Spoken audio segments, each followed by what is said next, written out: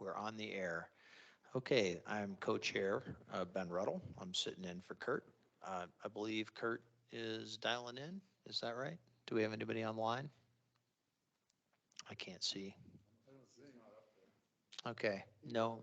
Yeah, all right. He'll join later. We do have a quorum though. We've got 5 in the seats here, and maybe more to come online. So I'm calling the meeting to order. It is 4 o'clock on October 19th, 2023. This is the Water Commission meeting. First item of business is to approve the minutes from last month's meeting on September 21st. And if you were here, or if you have an opinion on those minutes, let's go ahead and vote on it. Does anybody have a motion to approve the minutes? I was here, and I'll make a motion to approve the minutes. Very good, thank you. I'll second. All right. All in favor of approving? Aye. Those opposed? None opposed. Minutes are approved. Third section of the meeting is public participation. Public participation enables the public to address the commission about an item that is not on the agenda. If you wish to address the commission, please state your name and address for the record. The Arizona Open Meeting Law prohibits the commission from discussing or taking action on an item which is not listed on the prepared agenda.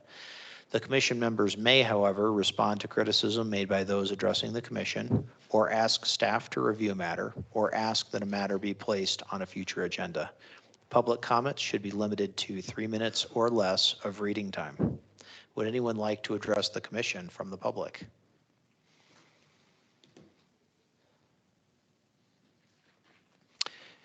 Hearing no one, let's close public participation and move on to new business. Section 4, there is no new business. So let's move to Section 5, old business. First item, 5A, is an address on the topic of the Watershed Alliance for the Rio de Flag resolution. That's WARF, W-A-R-F, from Ed Schenk with the Stormwater section. Ed, are you here? I am. So good afternoon, Commissioners. Ed Shanks, Stormwater Section Director within Water Services. So you will remember this item, I believe, from the last 1 or 2 meetings. So this is the draft WARF resolution that includes the WARF Charter and WARF Plan, so the Watershed Alliance for the Rio de Flag. As a reminder, this was created by Friends of the Rio, so a nonprofit within the city, or within the community, with Bureau of Reclamation Water Smart grant. The purpose of the plan, the charter, and eventually the resolution is to support future grants with the Bureau of Reclamation and other federal entities for the most part through having a dedicated plan for watershed projects, if you will. The last time this was brought to you, it was brought a little prematurely. We had some comments from the city manager. Greg Clifton's here today. Some very good comments that we have worked to resolve, both Friends of the Rio, which we have Rick Miller here for questions and comments as a board member of Friends of the Rio, as well as those who've helped on the staff side with this group.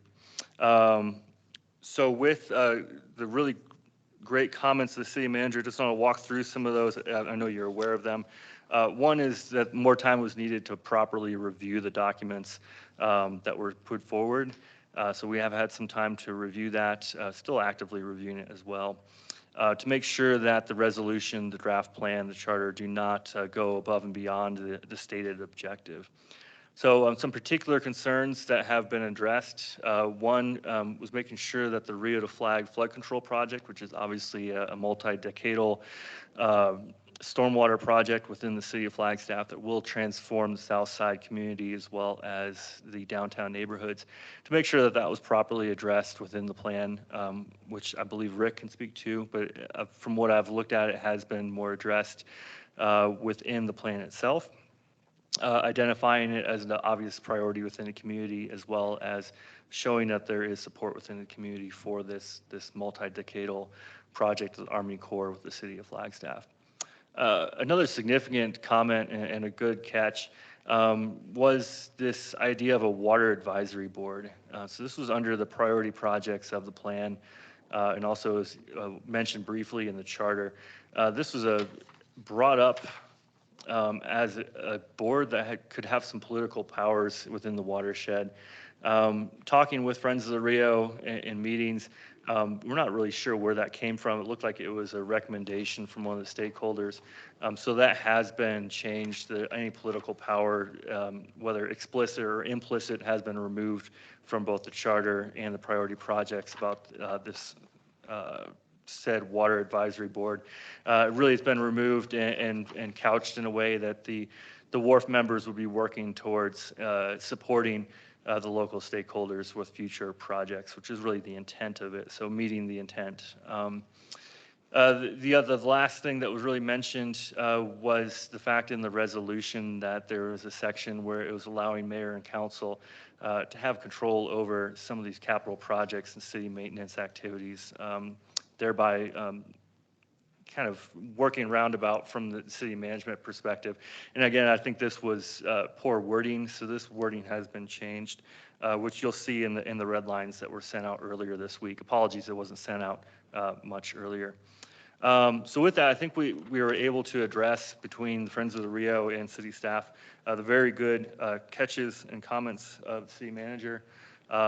What you have, what was sent to you earlier this week, has the resolution with red line with those adopted changes. The charter, which removed that water advisory board, softened that language, as well as the revised plan. If you have any questions, I'm happy to take those. We also, like I mentioned, I have Rick Miller here from Friends of the Rio, and then if the city manager has future further comments or concerns, would love to hear those as well. Thank you. Thank you very much.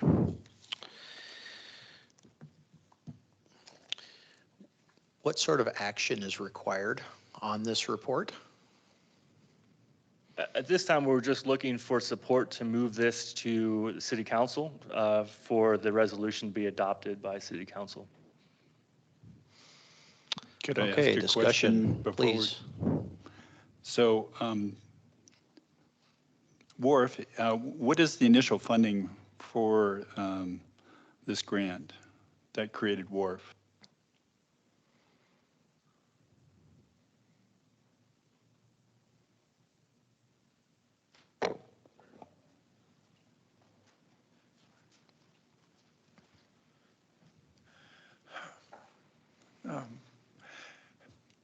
My name is Richard Miller, and I'm the representative of the Friends of the Rio here today.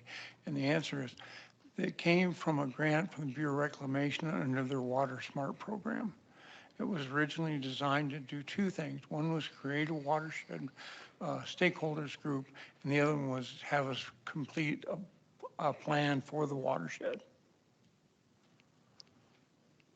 I guess my question is you have the capacity to issue funds to support projects within the watershed, and related to that, I was just curious, what kind of money do you have to affect such things? As it was originally conceived, when we first got the grant, there was supposed to be a phase 2 that was going to be implementation, and they had funding at that point for that. That has gone by the wayside. And there are some grants now that we may be able to get over time, but there's no longer anything hooked directly to this plan. Thank you.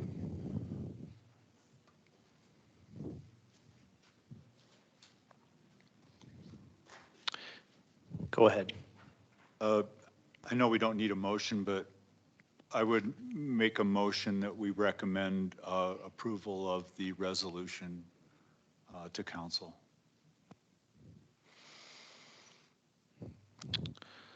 Well, we can go with that. You got a second? I will second. I just want to say that Friends of the Rio have done a great job in doing this, and I think it's really a benefit to the community. Okay, all in favor? Oh, discussion. I don't think we're really approving the resolution. We're supporting the resolution to the city council for approval. Correct. Correct. I'm not sure how I phrased that. What I meant was, I guess, to recommend to city council that they adopt the resolution, or this body recommends approval by them, however you want to. Yeah, we move to support. All right. All in favor of supporting? Yep, aye. Opposed? All right, we got Kurt on the line now. Okay, all are in favor. So we will support that resolution. Thank you very much, Ed, and to Stormwater, and to the Friends of the Rio de Flag for their work on that. Old business section 5, item B, rate study, financial planning scenarios, presentation and discussion by Aaron Young. Is Aaron online? Yes. Can you hear me, Chairman? We can. Please go ahead. Perfect. All right. I apologize for not being there in person today. I've been out sick all week, but on the mend. So I have a couple slides to update you on where we're at in this part of the rate study. And then we have Stantec engineers online to present the bulk of today's discussion. Let me see if I can advance my slide.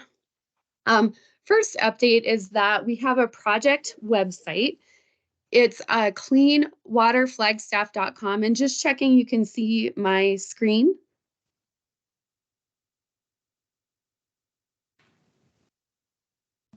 Yes. Okay, perfect. So cleanwaterflagstaff.com will have information on the study, events where we're having public events on various parts of the study. They can find meeting minutes and videos for previous meetings with council and the commission and upcoming meetings. So check that out. And one thing we wanted to sort of make clear is what fees on a typical residential bill are we talking about? So it's the base meter charge, the residential water usage or commercial water usage, and the sewer charge. The energy surcharge is related to related to water production, and that rate changes each year depending on how much energy we use to either produce more groundwater versus surface water, since that varies quite a bit and the energy charges vary quite a bit. We went to updating this annually about 8 years ago or so. So that rate won't necessarily change, but note the energy surcharge is added to the residential and commercial bills when Stantec presents how Flagstaff's water bills compare with others around the region. It's common, I think, for people to kind of call the whole bill the water bill. It actually, contains solid waste charges for trash and some other charges as well. We met with City Council last week at their retreat. We had almost an hour and a half to 2 hour discussion with them. Stantec presented the same presentation to them that you're going to see today, with the exception of Stantec added an alternative option to the full CIP scenario. That'll make more sense when Carol gets into her discussion, but that was in response to discussions with City Council. They requested to understand the CIP kind of trade-offs with each scenario. Each scenario doesn't necessarily fund our entire CIP, with the exception of the full CIP option. With your packet, you should have a CIP list, so you can see what we're talking about, our approved CIP list, which is approved in City Council budget. And then we have our informed CIP, which are projects informed through a master planning process that are unfunded. And then we have an unfunded CIP list, which is a CIP list that has kind of been more on the back burner.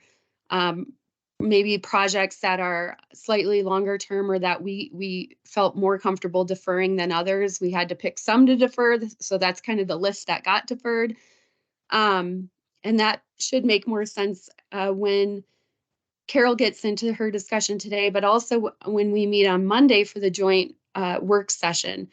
Marion sent you an email today that includes that CIP list with highlighting when projects landed on our CIP list. So a lot of them landed through master planning process 10 years ago.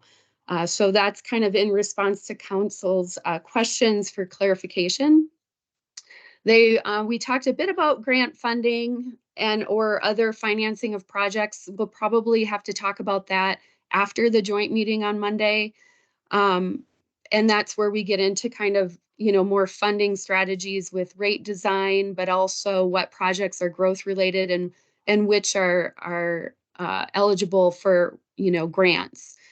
And then when you get into the scenarios for reclaimed water, you'll see that the full CIP total cost total is significant compared to what is funded today with today's rates. And that's basically the policy is that reclaimed water rates are set at 35% of potable. So that will come up on Monday.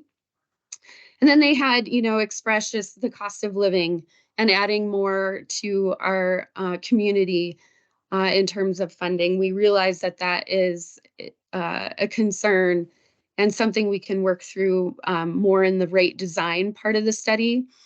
And then they just had some requests for as clear communication that we can provide to the public on the need for the rate study and our CIP list, for example. And just, the CIP process, we typically execute engineering assessments of our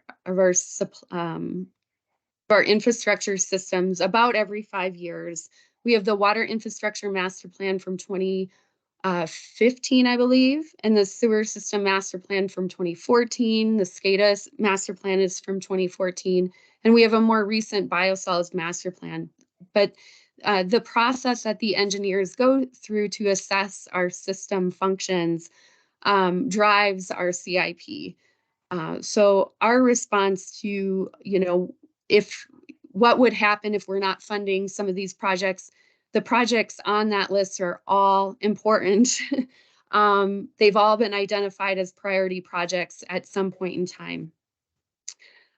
Each year, typically, the CIP is vetted through the Water Commission every year, which I believe Gary Miller brought the set of projects to you starting about a year ago, prior to those projects going to City Council.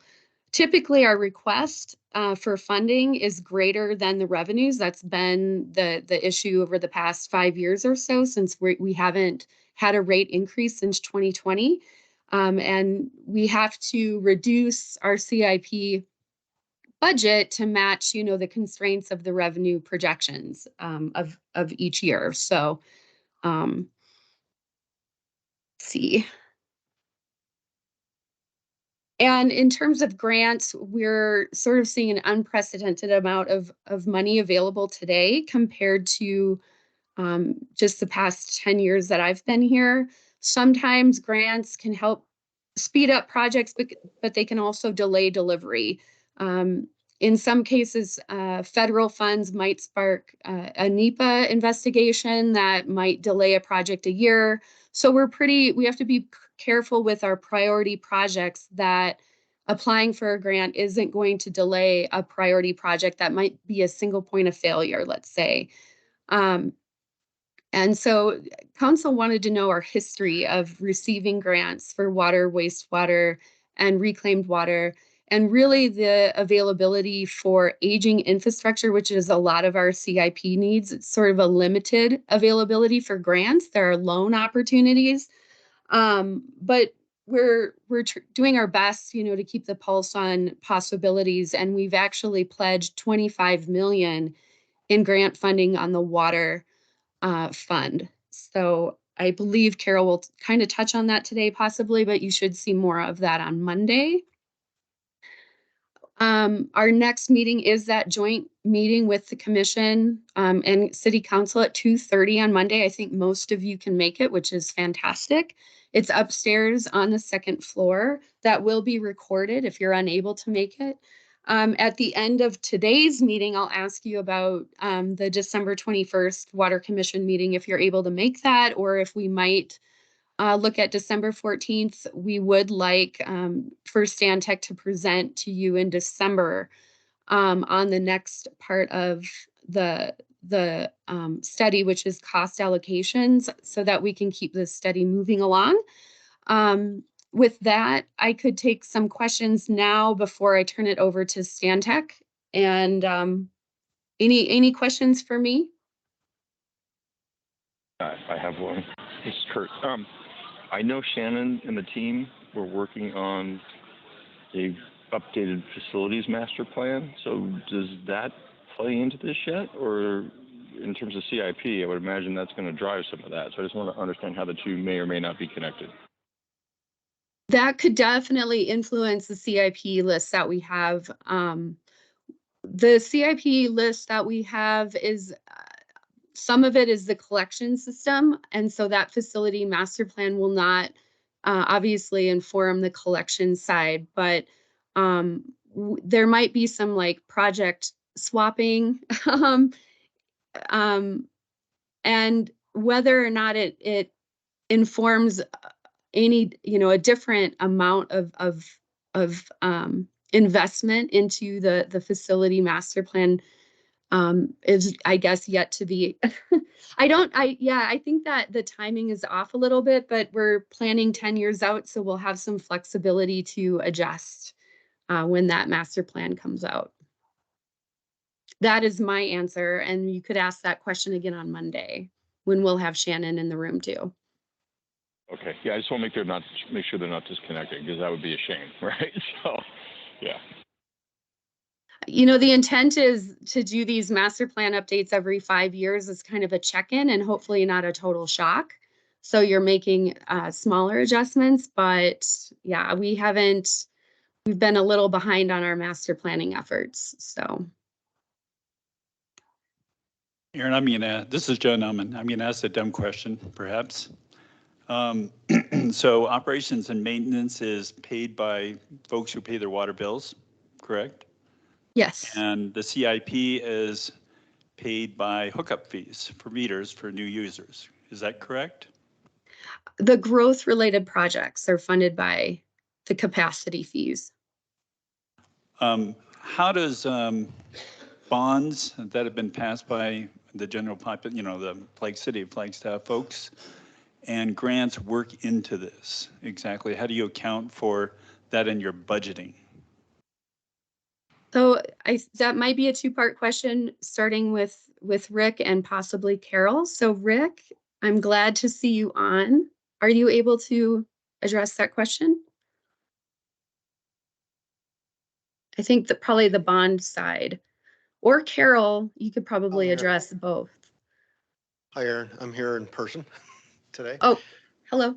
Low Water Commission. My name is Rick Tatter, Management Service Director and City Treasurer.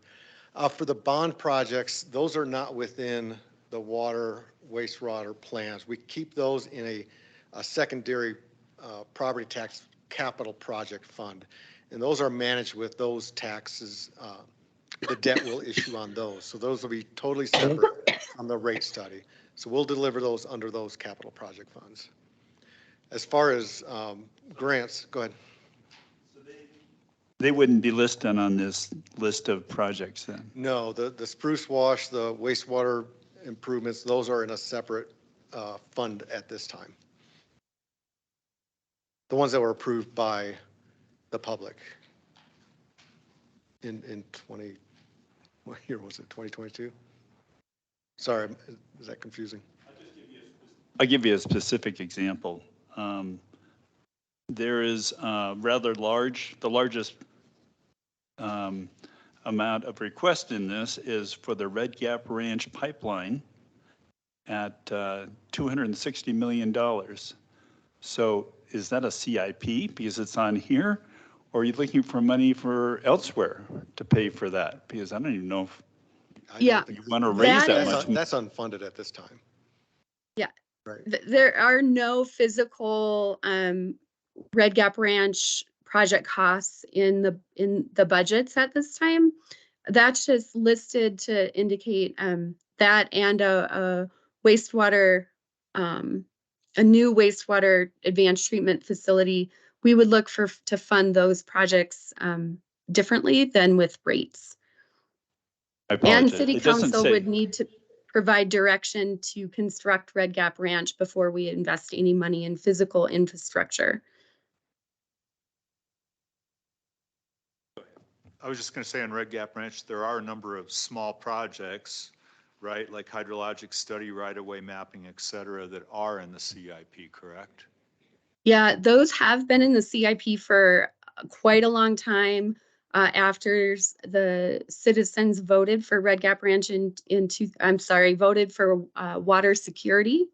And in 2005, we purchased, actually, I think the bond was in 2004. 2005, the purchase was made, and we started securing the right of way. So any studies that we need to do or any right of way acquisitions in order to secure the right of way to construct it someday. So we call those soft costs, and those have been in our CIP for some time. I'm sorry, Aaron. I just noticed that on the flip side of this, they are not listed as CIP projects. It says Water Capital Improvement Program details. That Red Gap Branch pipeline would not be on the CIP, I guess. Yeah, not the pipeline itself. That raises a question when I look at this list then.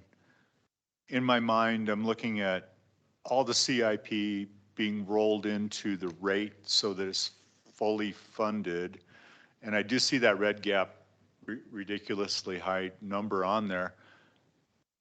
Which projects on here are going to be funded by the rate increase and essentially the utility? All the projects except for Red Gap Branch or the advanced wastewater treatment facility are eligible to be funded under rates or capacity fees or debt financing or grants, everything on that CIP list. Oops. Did you want to chime in, Carol, to help? Thank you. Good afternoon, Mr. Chair and members of the commission. If you like, we could just jump right in to the presentation and we'll talk about those CIP projects if you like, or we could start with the CIP list that you have in front of you. That sounds great to me. You can address those questions in the course of the presentation. All right. We will, and maybe we just give a quick overview of this particular list that you have. When we're talking about the different capital improvement program scenarios, we have different levels of funding according to the CIP plan that you see. This first section is called the approved CIP. And as Aaron mentioned, the approved CIP is what is in your current balance plan for the balanced 5-year plan. So those projects that you see there have little notations. Aaron has highlighted them in different colors that we could go over later, but right now there's some notations that indicate which projects are scheduled to be funded through grants, and then which projects are also expected to be funded through loans. Now, of course, grants you don't have to repay, but the loans need to be serviced with ratepayer monies. She's also notated with a pound sign on the left-hand side of that list, which projects have a growth component. So if they're expansion related or if they satisfy some need for your new customers, then those projects are eligible to be funded through your capacity fees. So that's another funding source. We've allotted for or accounted for all of those funding sources within the financial planning process. So even though there are some projects that are funded with loans, we still have to plan for the repayment of that debt service. And even though some projects are funded with capacity fees, if the capacity fees aren't available, they have to be funded from somewhere. And so it's typically you fall back on ratepayer monies, or you have a bond issue or a loan that gets repaid through capacity fees. So there's a number of different ways that we're funding these projects. All right, so that first part was the approved CIP. Then we add in some of the informed CIP that comes from your master planning and the long-term plans that have been accounted for but not funded to date. So we include those informed costs. Plus, we include an annual amount for unfunded projects that have been on this unfunded list for quite a few years. So the incremental amounts of each of those project costs get added up to that full CIP. The table, the three little tables that Erin is showing now tell us a little bit more information. Table 1 is indicating the major projects on the water fund that are not included in any of the scenarios we're going to show you today. So that Red Gap Ranch design and pipeline construction costs are not included in anything that we'll talk about this afternoon. Table 2 is that list of unfunded projects that has been ongoing for a while, and it indicates what we are expected to include on an annual basis for the full CIP scenario. Then that last table 3 is the grant funded project list. So this indicates which projects are anticipated to be funded through grants. And it's not 100% funded through grants in some of the cases, except for the Interbasin project, but some of the other projects are a mix of grant and cash funding through ratepayers' fees. Does that help? I hope. Yes. Fantastic. Quick question. Are the unfunded projects included in your scenarios for rates or not? They are, and basically what we've done is we've taken that, since those projects are not scheduled to be started or completed in a particular year, we've taken that total dollar amount and we've divided that dollar amount over 9 years of the plan, of the forecast. So we're just estimating an annual amount of revenue that would be needed to fund these projects over 9 years.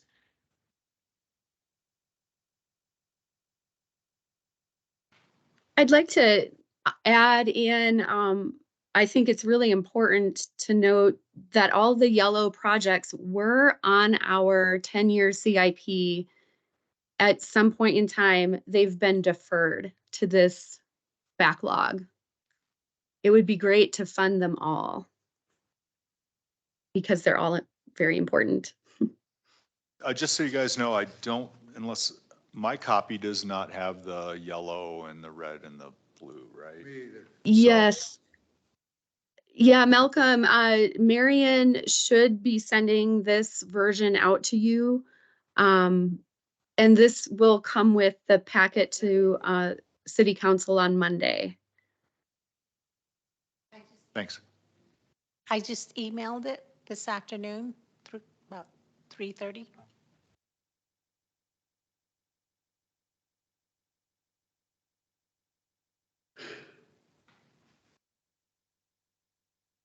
Sorry, I can't see the room to read the room, but are we ready for Carol? We're ready.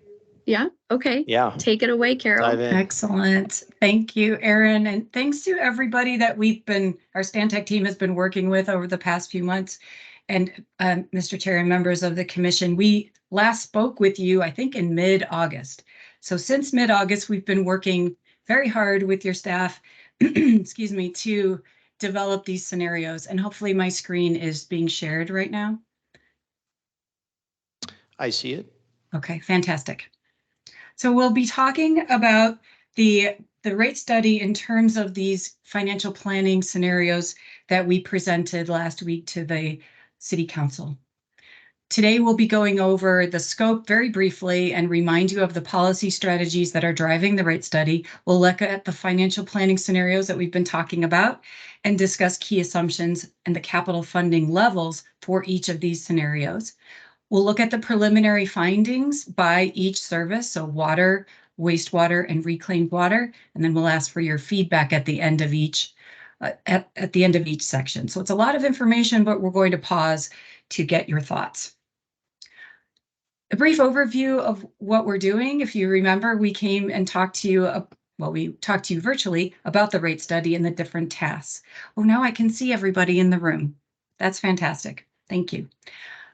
We are still on and still talking about task 2, the 10-year financial plans. This is critical for establishing the level of funding needed for your water, wastewater, and reclaimed utilities. The rate study is driven by several policy strategies that came out of the last rate study.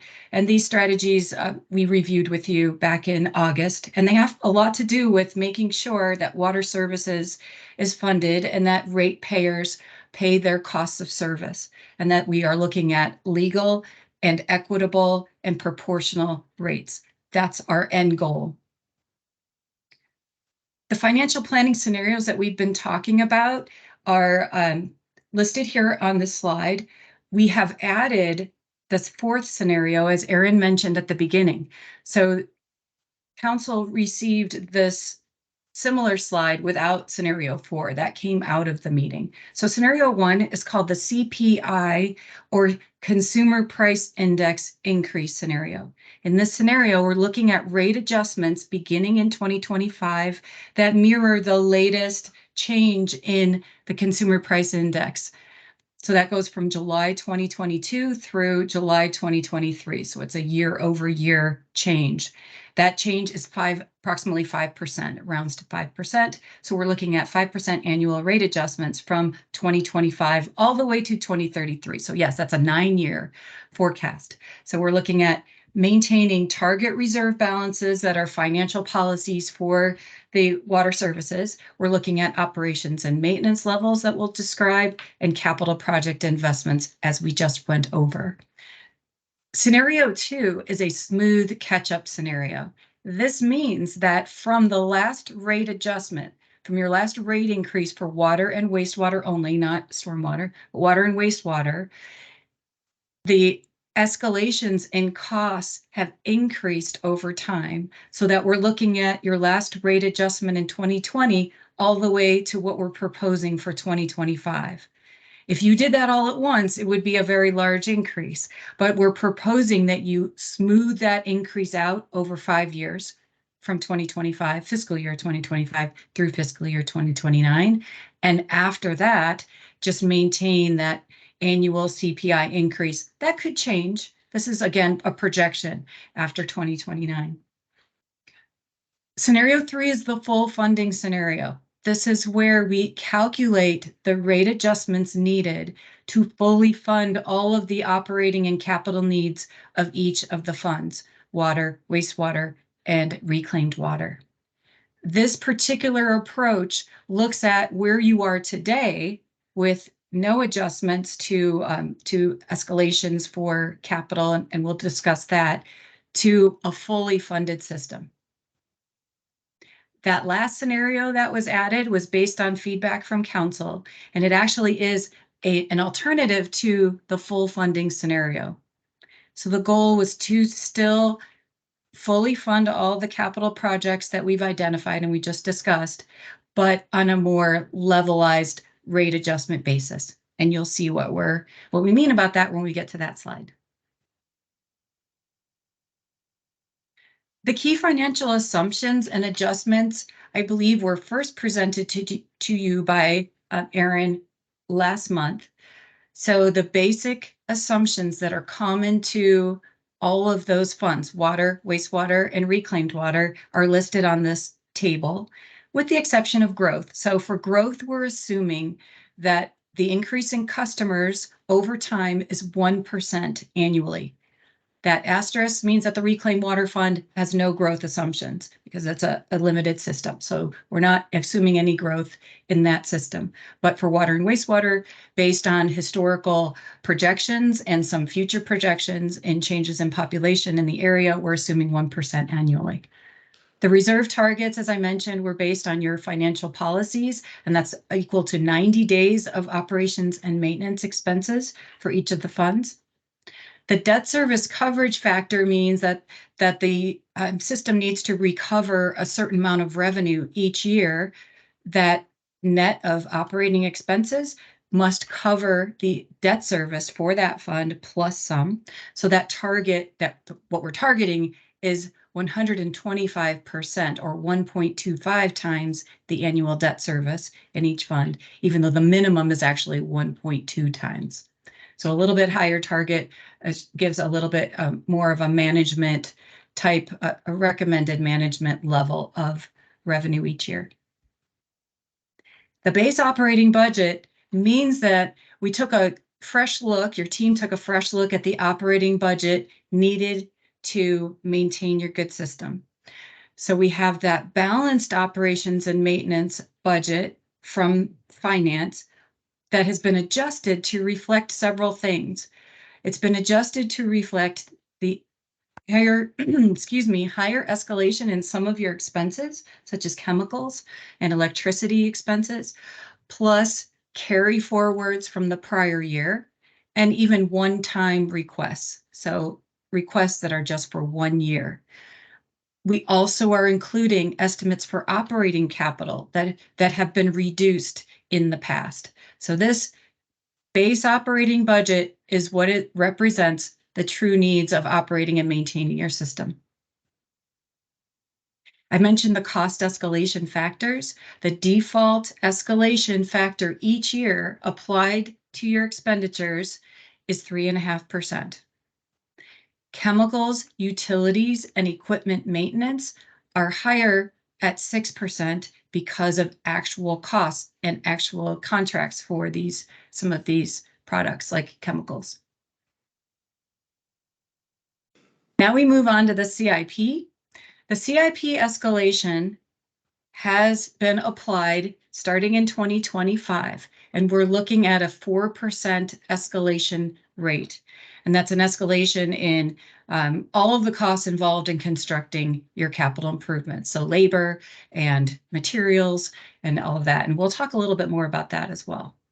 We have those 3 levels of the CIP, the approved CIP, which is your base approved CIP in the balanced financial plan.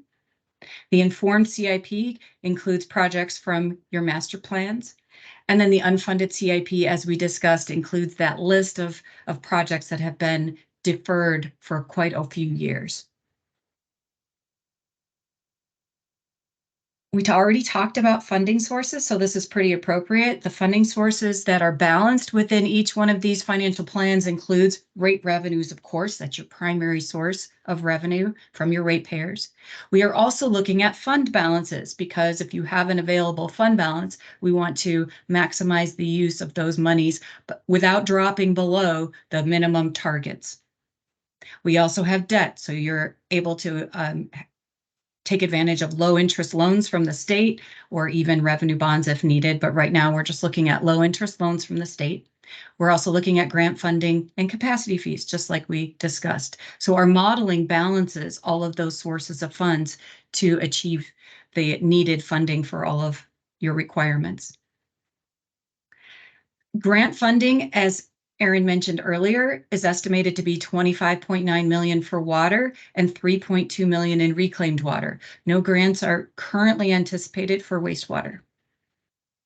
The major projects that are excluded from this analysis, as we have talked about already, is on the water side, the Red Gap Branch pipeline design and construction, and on the wastewater side, the Wildcat Hill wastewater treatment plant design and expansion. So those costs are not included in any of the scenarios we'll be looking at. Capital improvement program is a big cost driver here, obviously, and we're very concerned about it, but we're looking at 3 different levels of the capital improvement program costs today. So we have that approved CIP that I mentioned. So those are the schedule of project costs and amounts that are anticipated to be able to be funded through your current rate revenues. So that's a partial list of the CIP projects. The next column, we're adding in the informed CIP components. So that is from that complete list from the master plans. So the water master plan and the sewer master plan, we add in those informed project costs. And then the last column is the full CIP, which is the approved CIP plus those informed projects, plus that annual amount of unfunded CIP that we described a few minutes ago. All of the values that you see on this table have been escalated by that 4% per year beginning in 2025. Now, when we look at the total CIP funding rows for water, wastewater, and reclaimed, we're starting this fiscal year. So we're including the costs that need to be recovered from any of your funding sources beginning in this fiscal year. So the approved CIP that you've seen before for water is 130.7 million. When we add everything together, that works out to be almost 208 million by 2033. So that's that last column, 207.9 million. We can look at the same thing for wastewater. The current approved CIP reaches 86.7 million by fiscal year 2033. And then with everything else included in our scenarios, we are looking at 124.6 million.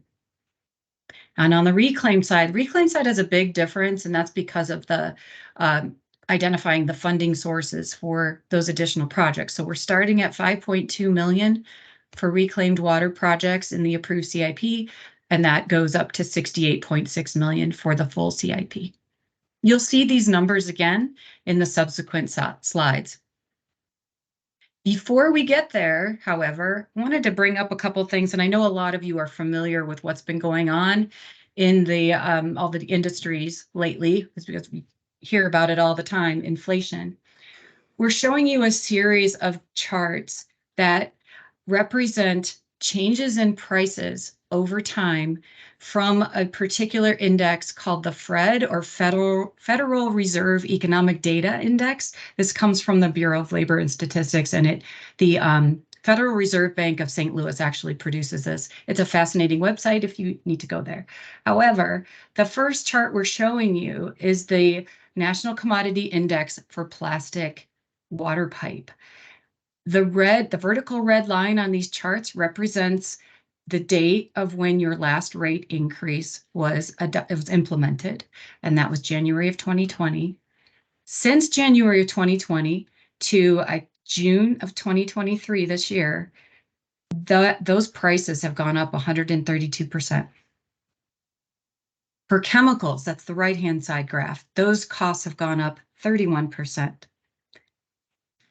We see a similar pattern for construction cost indices. We're showing you two different indices, one just a general construction and one for industrial type construction, that these costs have gone up 33 to 40% from January 1, 2020 to June of 2023. So pretty dramatic increases in costs over time. And these are the costs of production and of your CIP. So I'm just leaving you with that thought, and we'll move on to the water fund discussion. After the water fund discussion, we'll have a moment to hear your thoughts. So for the water fund, we're starting with the outlook for the next 5 years. So starting in fiscal year 2025. And looking at I would call it a do nothing scenario, basically, that no increases in your rate revenues are represented by this chart.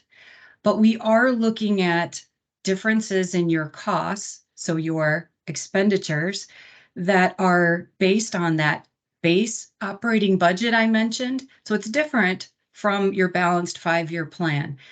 The base operating budget, as I mentioned, was adjusted. So it looks at spending levels, carry forwards, and one-time amounts, and also some operating capital so that you can maintain your system. So that's a difference from your balance plan currently. Another difference is that the CIP has been escalated, as I mentioned, 4% annual escalation applied to those capital improvement costs. If we start in 2024, where your beginning balances, that's the dashed red line, your beginning balances started at about, I think that's a little more than 15 million, but that is excluding any capacity fee fund balances that are restricted for those growth-related improvements. However, because of that funding gap between no changes to your rate revenues and the escalated costs for your operating and maintenance costs and your CIP, we see about a 5 million annual gap in funding. And that would, if you do nothing, that will drive your reserves down below zero after 2026. So not a sustainable forecast. The alternatives that we have run offer some solutions to that situation. So as I mentioned, we now have four alternatives, the 3 alternatives plus the alternative option that council recommended. And starting at the top, I'm not going to walk through each and every one of these, but from the CPI scenario, the Consumer Price Index scenario, this is a 5% annual rate adjustment, so to the rate revenues. The first 6 columns represent that rate adjustment. So 0% rate adjustment this year, then starting in fiscal year 25, rate adjustment of 5% for water. The last column represents the average adjustment from fiscal year 2030 to 2033. Again, that's an uncertainty out in that forecast. We just want to make sure that there's no surprises out in that second 5-year or that second 4-year actually period. So the CPI scenario for water ends up allowing a funding of $120 million of capital. We have another chart to show what that covers. The smooth catch-up scenario is expected to fund $152 million of capital, and that would be that annual 8.5% to catch you up to the cost increases since 2020. The full funding scenario covers $208 million of, remember, the approved CIP plus the informed CIP plus the unfunded CIP, not including the red gap construction. So that's a little bit more drastic of an adjustment. So 20% changes in rate revenues over that first 2 years, and then 15%, 10 and 10. And you could probably understand why the alternative option was created.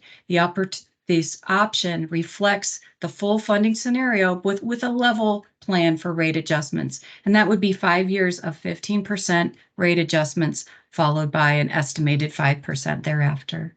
That funds, again, the full CIP at $208 million. Question, clarification, please. Yes, sir. I was looking in the documents and listening.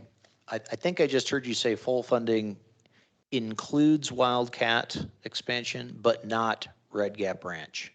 Is that what I heard? No, it does not include the expansion. It excludes both of those. Okay. Yes. All right. Yeah, that's what I read, but that's not what I thought I heard. Okay. I Thank you. apologize if I misspoke. And also we're just looking at water right here. So we're just excluding the Red Gap Ranch water project. Okay.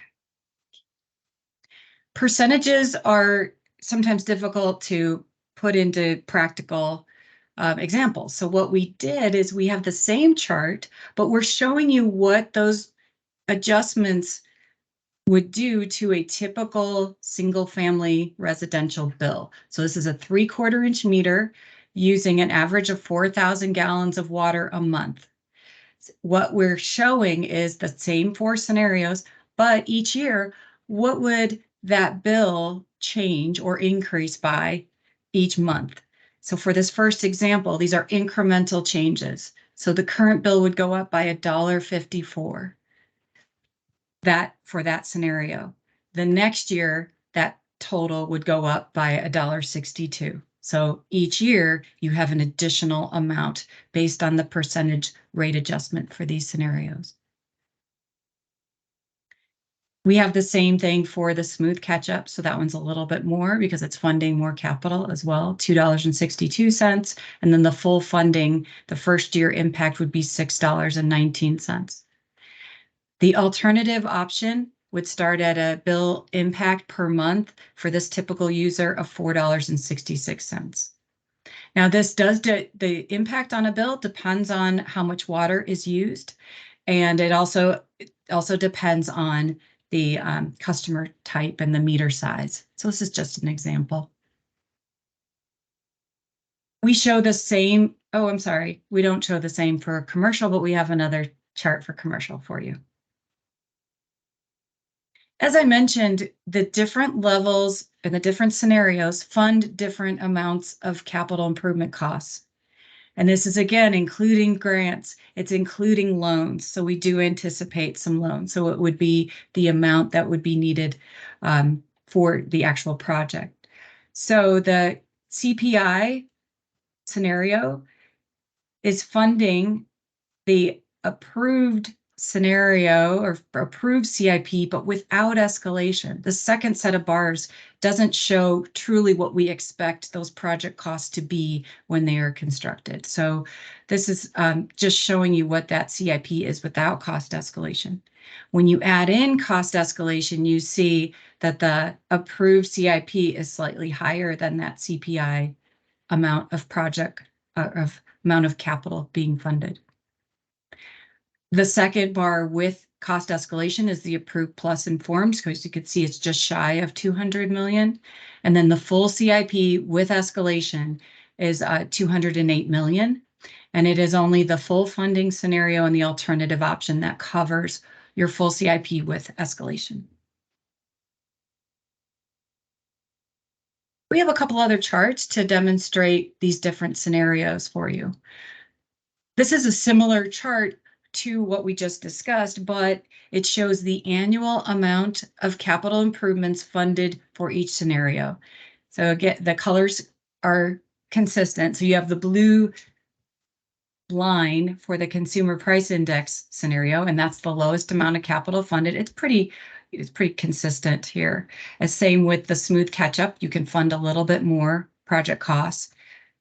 These other two charts, we've actually, since it's the same amount of funding each year with those last two scenarios, the full funding and the alternative option, we show this as kind of like a seasonal chart with gray and orange, you can see, and it shows you the scheduling of these projects and how we see the totals over time.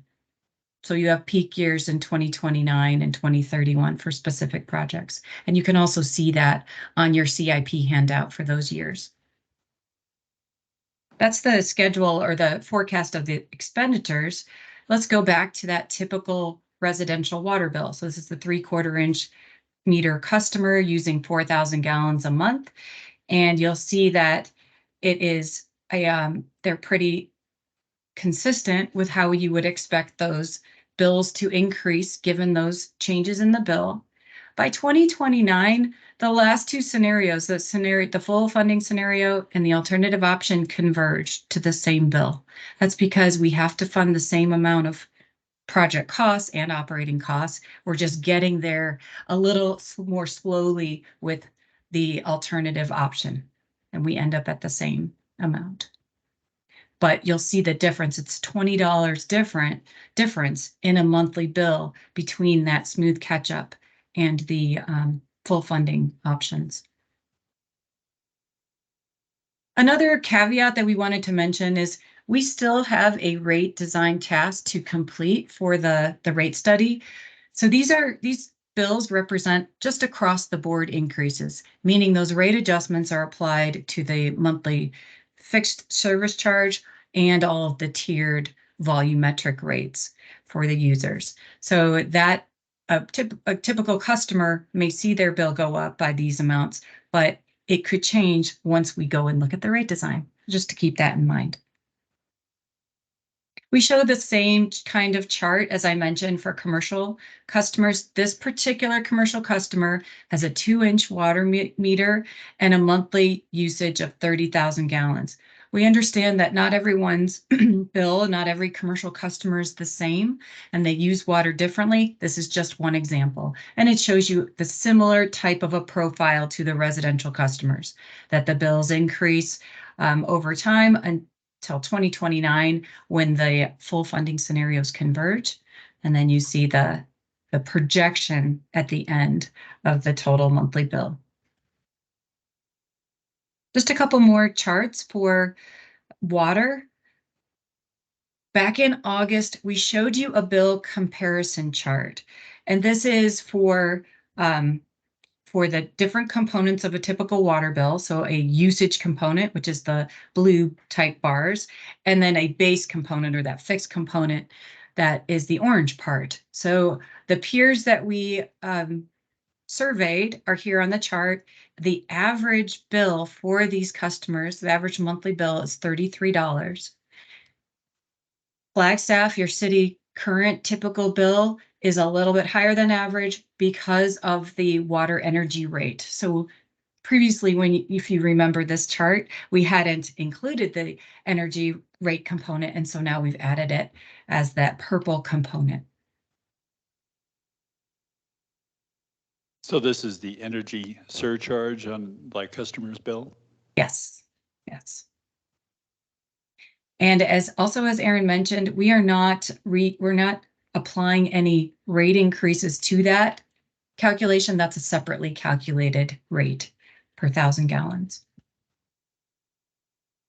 We have a similar chart for commercial, and given this, again, this sample customer, we are showing that with that energy component, that energy surcharge, the average bill is right around the city's bill for a commercial customer of this type is right around the average for the sample. That was a lot of information for the water fund. Do we want to go back and talk about any particular slide, or do you have any thoughts about what you just heard? Is there any more content, or are we at the end of our discussion?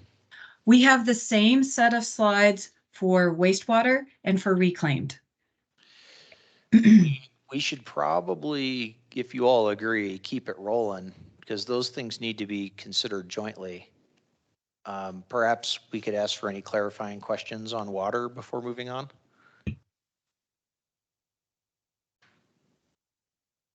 Okay, let's keep it rolling. Keep rolling? Okay, Yeah. excellent. We'll move on to the wastewater fund.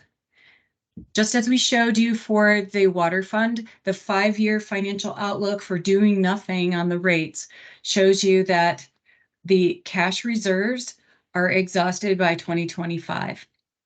And that's due to a larger funding gap. It's about $9 million on average per year between a no change in rates, no change in rate revenue over time, but an adjustment to the operating budget from the 5-year plan to include those spending levels and carry forwards, et cetera. Plus on the capital side, we've added in that 4% annual escalation factor.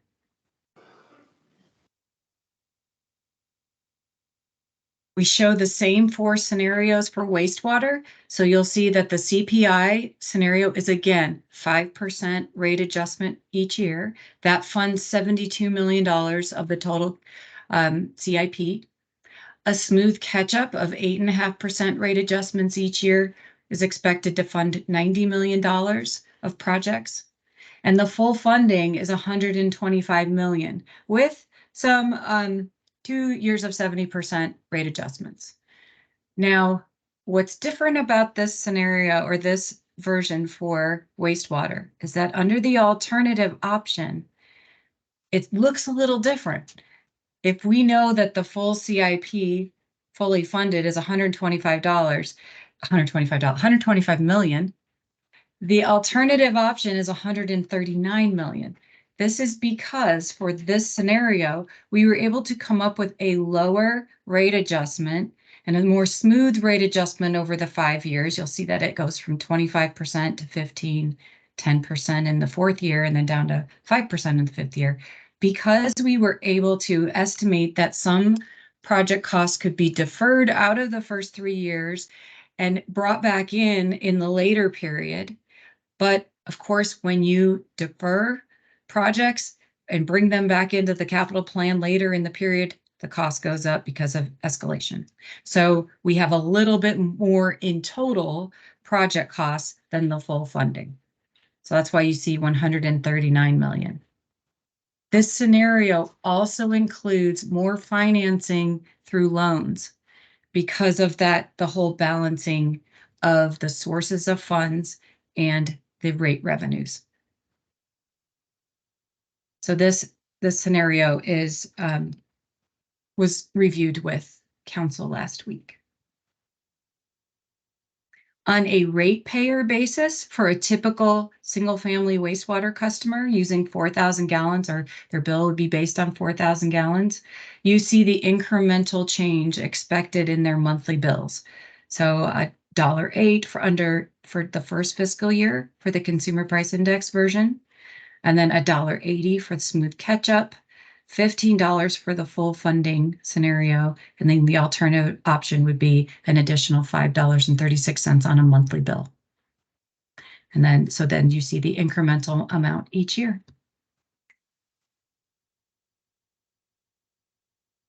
We show that same comparison of the total capital or total CIP funded for each of these 4 scenarios versus the approved, and informed, and full CIP. Now, again, it's what's we believe is relevant is the CIP with the cost escalation. So once again, the CPI version doesn't quite cut covering the approved CIP with cost escalation. The full funding scenario covers all of these, of course, the full CIP. So it would cover the approved CIP, the informed CIP, and the full CIP, including all those unfunded projects. What's interesting again about the alternative option, which is just shy of 140 million, remember 139 million, we've included this chart because it is the same as the full CIP, but with the additional cost of those deferred projects because of cost escalation. Similar to water, we show these line charts that have the year by year amount of capital or amount of CIP funded under each scenario. What's interesting about the smooth catch-up option and the alternative option is that because of the timing of the rate adjustments and the rate revenues and financing available, you actually get more funding or a higher amount of project costs in those outer years. So again, the alternative option defers some project costs from the gray line in the early years, and then it brings those costs back in for those projects out in the future. The profile of the changes in monthly bill is a little different than from the water side. Remember, the water side, we had those full CIP and the alternative options converging by 2029. Now, because of the timing of the projects and additional debt financing, we've smoothed and lowered those monthly bills over time. So we're projecting that rather than $62 at the end of the period, it would be $54. And again, these are just estimates and projections based on our forecasting and across the board increases. The similar chart for commercial customers shows the similar pattern that we have a smoother adjustment to bills for this alternative option. So at the end of the day, you actually have a little bit lower bill for that option. We also have the monthly bill comparison among your peers, and the current wastewater bill for a typical residential user is well below the average for the peers. You know, and I didn't mention, I apologize, for water as well as wastewater, some of your peers have some significant increases coming up as well. So we know that that Tempe and and Surprise and Queen Creek are going to be looking at increases in the next fiscal year. So this is just for the current fiscal year, 2023.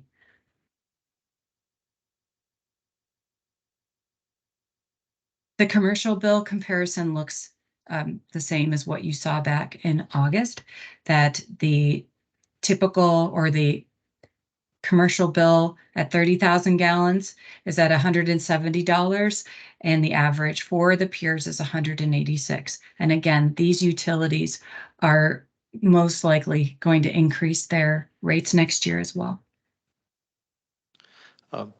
Quick comment on that one, because I happen to know Durango is high because they just built their next 50 years of wastewater treatment. So, yeah, and that's maybe why ours will look more like theirs after we build ours.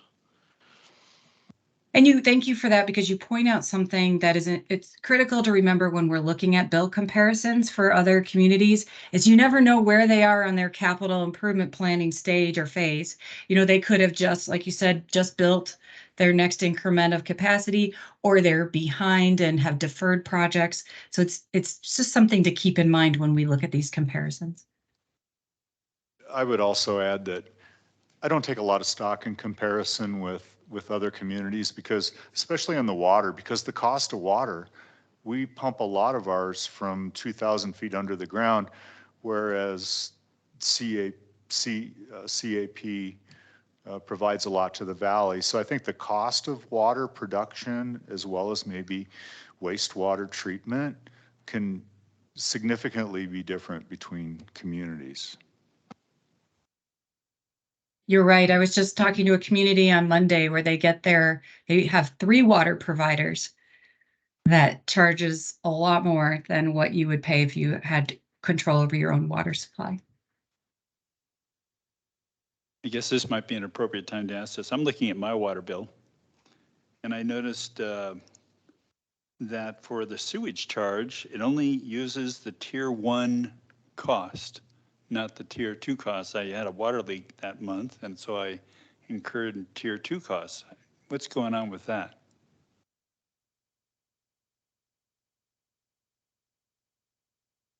Councilmember Newman, it could be that the sewer charge is based on the indoor use, and it might not be looking at it's based on indoor winter usage, I believe. And Rick, now that I see you're in the room and can see the room, you want to help us understand? Yes, I will try to help on that one.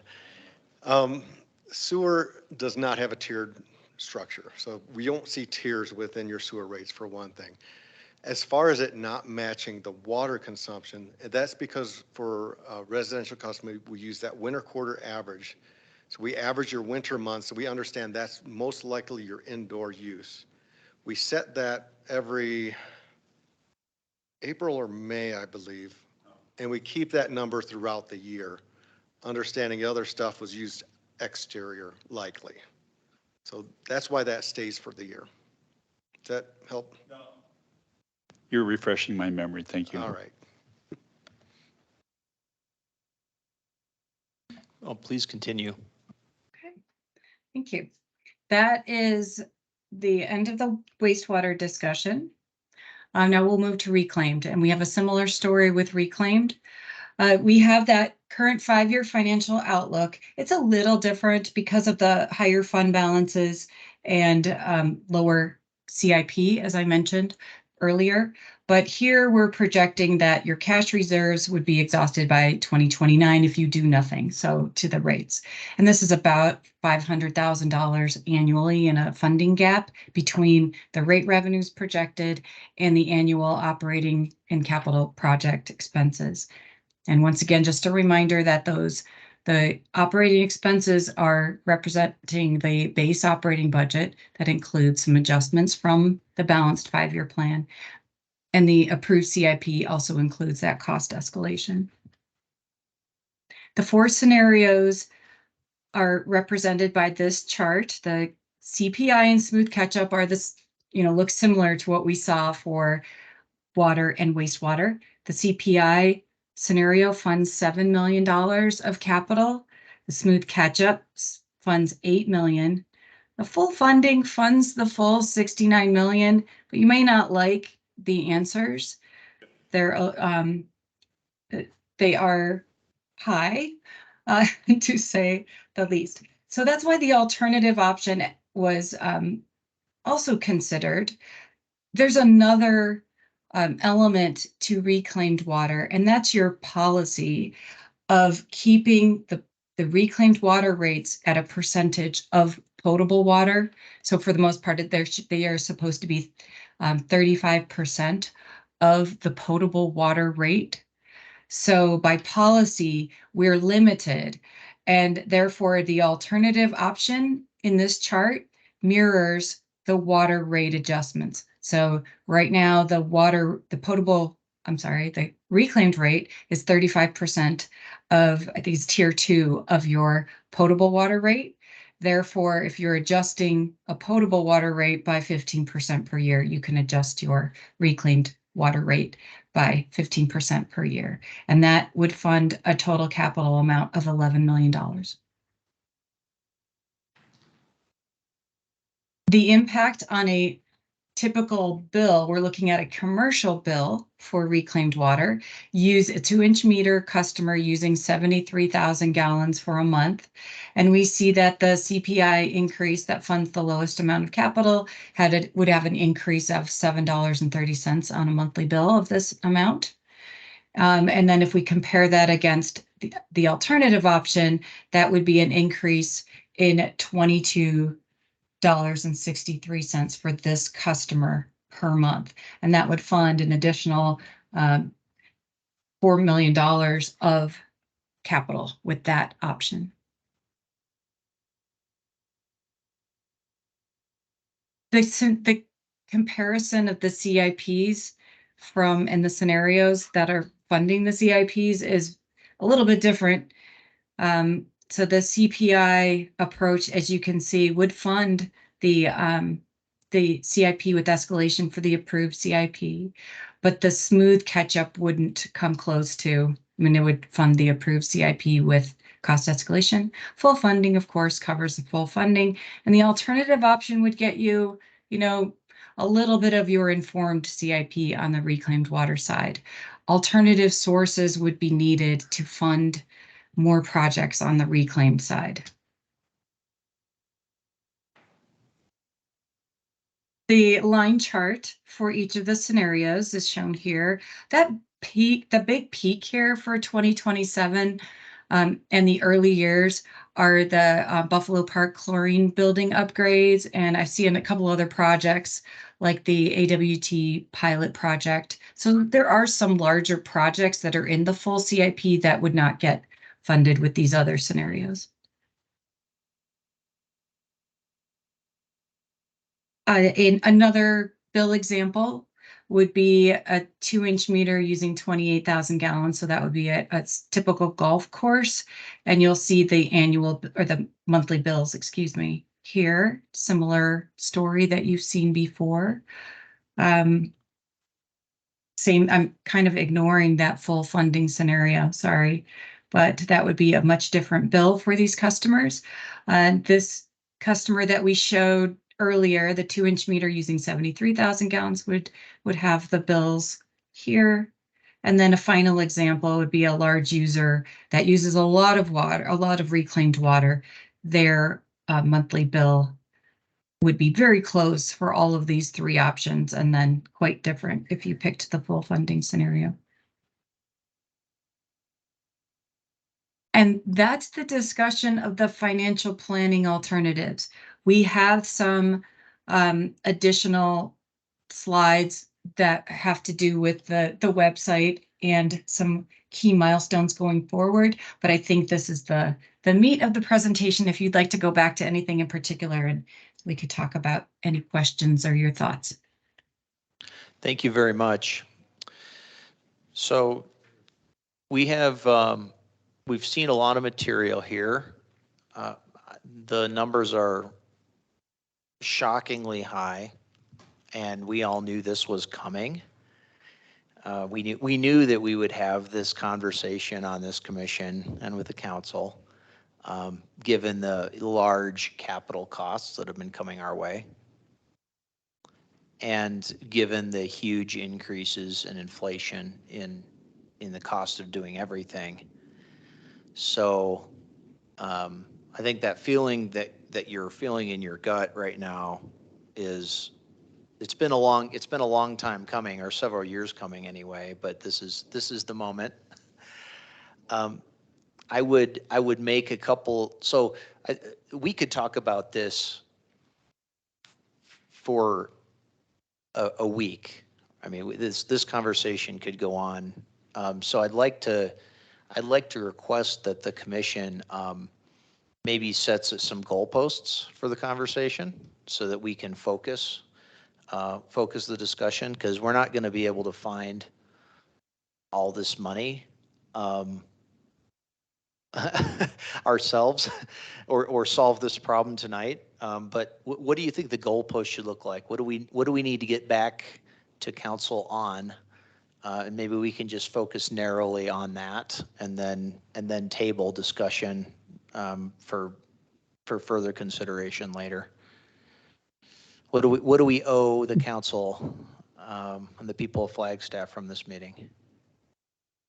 Aaron, if you want me to speak up on that, our desire is that you consider and think through these alternatives so that on Monday, when we have that joint work session with council, you'll be able to talk about how you feel about these, because we are going to ask for direction on Monday.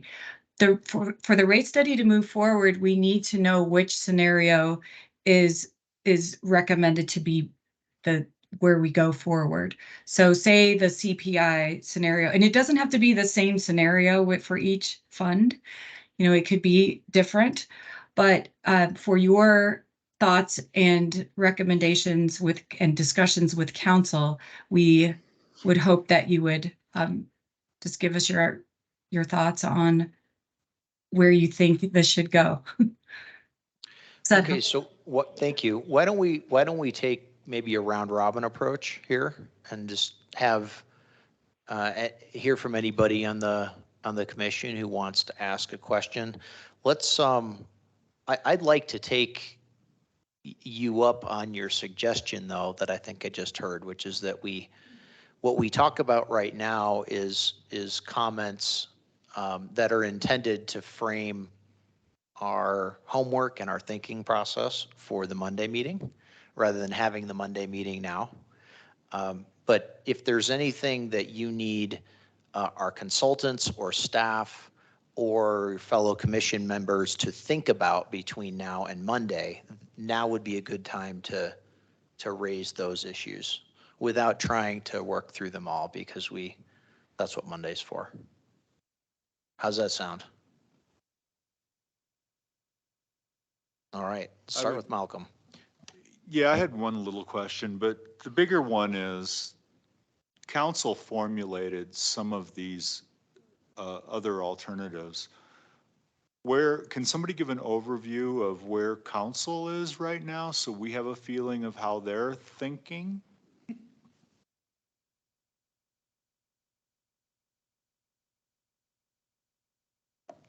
Greg Clifton, your city manager. I don't believe council has formulated any preferred approach, or they've had the same presentation. And it was, I don't think it's an overreach to say they're kind of on the same path as the commission. And I think there's a lot of logic to the commission and the council getting together and, giving some direction. But yeah, they're at the same pace as you right now. Okay, I thought that some of those alternatives that were new, the alternative fours, were recommended by council. That's not correct then. I'm not to my knowledge, but somebody please correct me if I'm wrong. Councilmember Sweet, if you recall differently, or Aaron or Carol.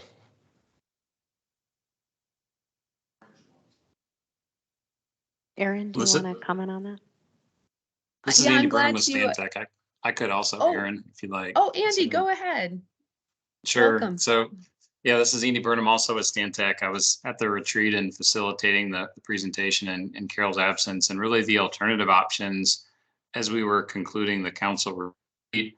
We were trying to just reflect on the feedback that we had heard, not necessarily specific direction for scenarios, but to create a few additional options for consideration that were reflective of the type of feedback that we did hear from council about looking for ways to maybe, smooth or moderate the rate impacts for the different funds. And so that's really where those options came from, was from that general sentiment, but there wasn't specific direction to prepare these specific scenarios, other than, I put those out as things that we could put together and bring back for their consideration, and generally saw some head nodding.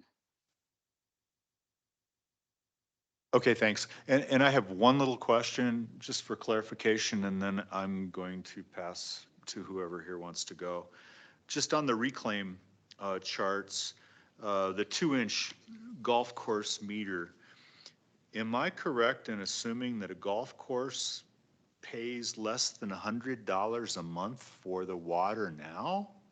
And that, of course, that would go up to $789, but they can water an entire golf course for less than $100? Is that correct?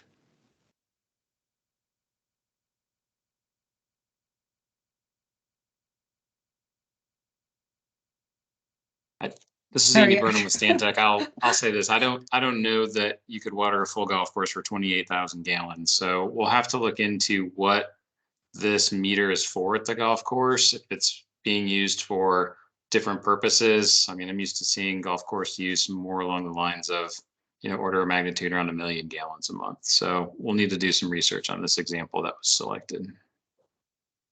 Okay, I didn't mean to get down in the weeds or anything about that. It just really hit me hard when I saw that number. All right, thanks. I'll stop. Yep.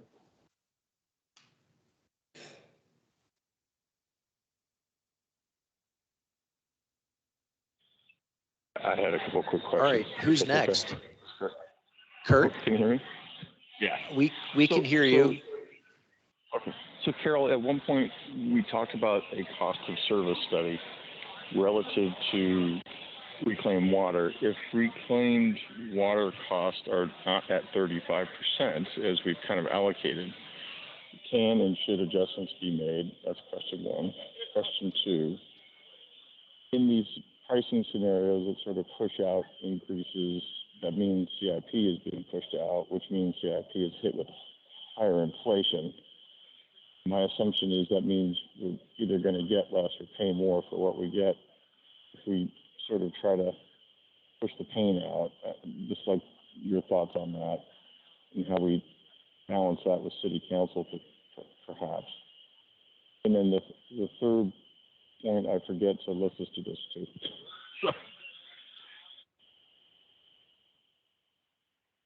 Mr. Chair, I didn't hear that third question. There wasn't one, I forgot it. Oh, okay. Okay, so only two. Okay. So to answer your question, the first one, the reclaimed rates are already at 35% of the potable water rates. So they're already at the policy limit where they are today. I get that.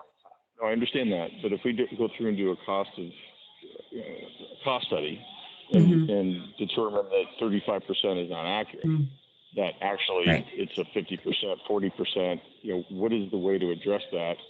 And when would we have that information? Because I'm afraid we're laboring potentially under, I'm going to say, incorrect cost assumption there. I understand. So yes, we are going forward with the cost of service part of the study. Granted, we need the results of this or the direction from Commission and Council to move forward with the actual values, but it is possible, and we've seen this before in reclaimed rate studies, that the true cost of service is higher. So that would be coming back to you and council to see if the policy should or could be changed. I think that would be the, go ahead, Andy. Carol, this is Andy. If I could just add on to that too. I think if if you kind of look at the bracketing, I think that term was used a moment ago. If you think about reclaimed water, that full funding scenario, that really includes all the operating and capital cost for reclaim. So that's kind of your, almost 100% cost recovery scenario. And then, to the extent that you wanted to look at alternatives between the full funding scenario and this alternative option, that would then necessitate looking at a higher percentage of potable rates to achieve that. So I think, we've kind of got the spectrum of, where your current policy sits and where that full funding lies. And to the extent that the commission and council want to look at options in between, that's where, again, we could certainly help, fashion a few of those. But as cost of service goes, I think that's where the reclaim conversation, leads us. For water and wastewater, it gets to be a bit more in depth, looking at average day, max day and peaking cost. And then for wastewater, giving some consideration to not only the volume of flows, but the characteristics of the flow in terms of their strengths and loadings. So it'll be a little bit more in depth on water and wastewater, but it won't necessarily be as in depth for reclaimed water. So for the curious, the professor just ran a simple back of the envelope, and it looks like reclaimed by these numbers is about 3 times as expensive as potable to a golf course on a cost basis. On the full funding scenario? Yep. Yeah. That's about 200% higher. And so that would be 200% instead of 35% on a cost basis. So that's an interesting food for thought right there. What happens when you price reclaimed higher than potable? Well, anyway, that's maybe outside the scope of our discussion, but the point that should be noted here is that there may be a need to take another look at the reclaimed pricing as part of this, because it appears to matter a great deal. There was a discussion at the last rate study that related to at what point do you start incurring costs for reclaimed water?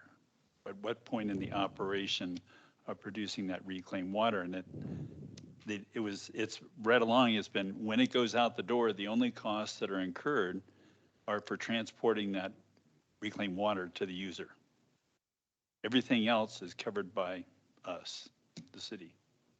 So there was a lot of debate about that issue and the cost that should it be what it is now, or should it be 45%? And then if you consider that a lot of cities are going to direct potable reuse, the value of that water is going to increase much higher.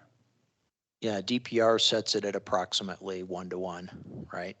But by these economics, DPR would actually make a lot of sense. Here's just a comment to try to transition from Kurt's question on to the next commissioner's question. I do think we may need to take another look at the reclaim pricing, and there's at least 2 ways you can do that. One way is by increasing that percentage, bringing that cap up to as much as to 100%. That's so the range between 35% and 100% is a valid solution space here. But the other thing to look at is to look at the numerator there, which is shifting costs onto potable by increasing potable rates, which then allows you to charge more for reclaimed as a percentage. So we equalize the two, in other words. Yeah, or put another way, if you prefer, we begin to lump reclaimed and potable into the same cost basis for calculations instead of having them separated out. So these are things to think about. I'm not suggesting a solution. Who's next? I'm sorry, Mr. Co-Chair. I think there was another question from you, Chair. Yeah. And that was. So Carol, let me maybe make a quick comment. Would it be it may be valuable for the city council if you look at the different rate structures that we're looking at and basically the slope of the increase. There's a chart that might be helpful, which is if you have $100 million worth of project, ultimately, the sooner you tackle it, the less expensive it is due to inflation and time and all those things. And so what does that 100 million look like under each scenario, right? Do we end up spending 200 million if we really wait on that? Or, you know what I'm saying? So I don't know if I'm not being articulate, I apologize, but it's basically the time value of money, time value of capital. The longer you wait to increase these things, the just darn more expensive it's going to get because of inflation, and just so they visually see that, so it hits all of us in the face, right?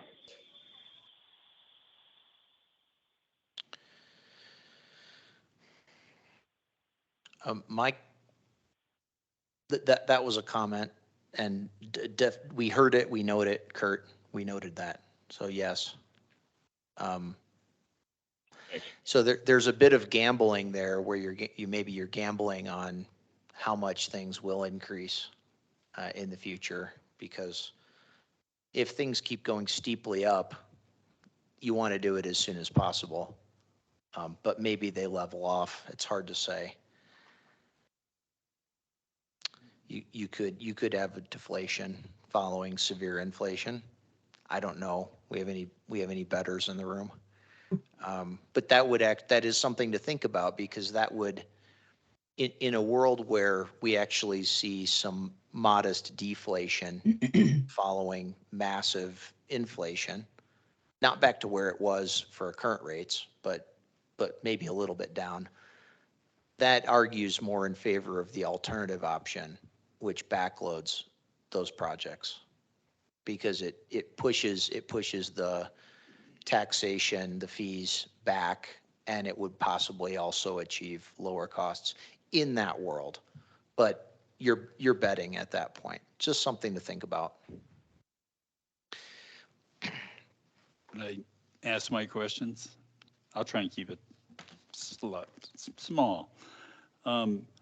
I'm just wondering, we're only looking at CIP stuff here. I'm really curious about the day-to-day operational costs and what's happened over time and why we haven't seen these figures. I'd like to see them. What's the staffing cost? What's the chemical costs? What are all those costs and what's happening with those? And then what if we changed, like I brought up the point of we could enhance water conservation by perhaps introducing commercial tiers and other policies that could lower water usage or at least maintain it, so we didn't require more infrastructure as soon. So I'm just curious about those things, and I would definitely, if we can get a hold of it, you've already sent these new things with the orange categories in it, and I'd like to, we have those, I guess, in our email. So I'd like to see those. And I'm questioning a couple little things in here about that are borderline which category the project goes into. Is it reclaimed, like I'm talking about advanced water treatment? Should that be in reclaim? Should it be in potable water? Advanced water testing sampling? Where should that go? I mean, we probably want to be testing the reclaimed water because of the recent PFAS stuff and regulation that's coming down the pipe. So I have some questions, just, and some of these projects are big projects and some are, I mean, I would class some of these are more maintenance categories, so I'm having trouble getting a handle on what is CIP that should definitely be a capacity thing, and what is more maintenance stuff. There seems to be a mixture in these, and I'm having a hard time getting a handle on that, so. Responses are invited. Should I take a stab at some of these, Carol? Right, may I address the conservation comment and the Sure. tiers for commercial? Yes. So Commissioner, we are that step where we look at cost allocations and rate design is where we will look at those conservation-based rate structures. So presenting you some alternatives that address conservation. One of the most difficult things to predict, though, is that many or much of your operating costs are fixed and won't change that much or vary that much with changes in usage. So there are things like chemicals and electricity, those sorts of things that would adjust. For long-term water projects, that's really where we try to make some estimates about how it would saving a certain amount of water either delay some larger projects or reduce the scope of projects, but that's another sort of estimation and projection that would have to be done, and work would have to be done on that for your CIP. So it's going to come into play, incentivizing conservation, definitely. And we have to balance that with revenue stability because the two are kind of at conflict with each other. So we'll look at that in our next phases of the study and come back to you with some of those options. I would like to turn it back over to Erin for the CIP project categories and et cetera. Oh, the first question I heard is on the operational budget, and we can certainly provide what is given to council under their budget retreat with the additions the assumptions that are built into that. So just the increase that's needed to catch up with inflation within chemical fees and permit fees, staffing needs. So Lisa Deem, I think Lisa is online, and I think we could just simply provide that to you as a handout, hopefully tomorrow in front of Monday's meeting. What do you think, Lisa? Would that be easy enough to do? I am. And we have been putting together restructuring the CIP and the questions that were posed by the city council in a different way. So basically showing which projects are short-term growth and capacity or resiliency based, which projects are just maintenance projects. And unfortunately, maintenance projects fall in under the capital realm these days because of the size of them and the amount of money that they cost. There's ongoing planning and infrastructure maintenance, and that is basically a planning tool for your aging infrastructure, your basic changing out pipe, your planning for your master plans. Those are kind of ongoing things. So we've broken them down into the various categories and then the long-term growth and future capacity, and that would include the Red Gap Branch and the wastewater treatment plants that would be in there. That is not a part of this rate study, but it's still we have to list it as a capital need or as something that we need to put on the horizon or won't ever happen. So we need to be able to see that in the forefront and the foreground or the background to be able to start planning on ways and strategies for funding it. But I don't believe it's included in this rate study or will be. We're looking for other strategies. The things that we're looking at, and I might just ask you now, you already have the numbers and the approved budget. It's kind of a manual system we're putting together. Do you want to see what the total budget is annually, or what the project budget is, and what the true capital needs? So there's a difference between the approved budget sometimes and what that approved capital need is. And council had asked about risk and grants, but we started putting that in this matrix. The risk component, to me, they're all important. We need all of the projects, so they wouldn't be on this plan. So we could put it in, but I don't want it to get too busy. So if I could get feedback from the Water Commission on what you would like to see. I mean, I could share what I have. It's really preliminary. It's not complete, but it's the information that you were asking, or in the categories you were asking about.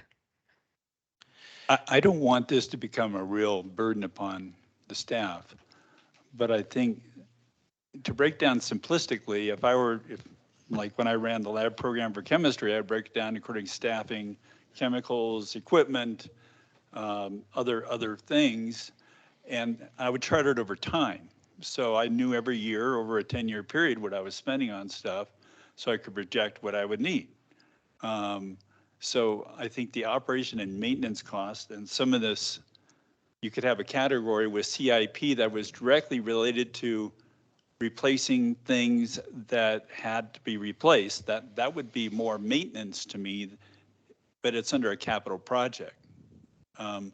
So if we could make that more clear, so you could have maybe 5 or 6 categories over time is what, but if you can do that, I don't know if your budget has been broken down to that extent. You could pull that out easily and make that kind of a chart that is very useful for you making the point that, wow, in the last 3 years, everything's gone through the roof. So, you know, that would be helpful, I think, in terms of establishing the fees that the average customer would pay to justify that to the average customer that we have to talk to.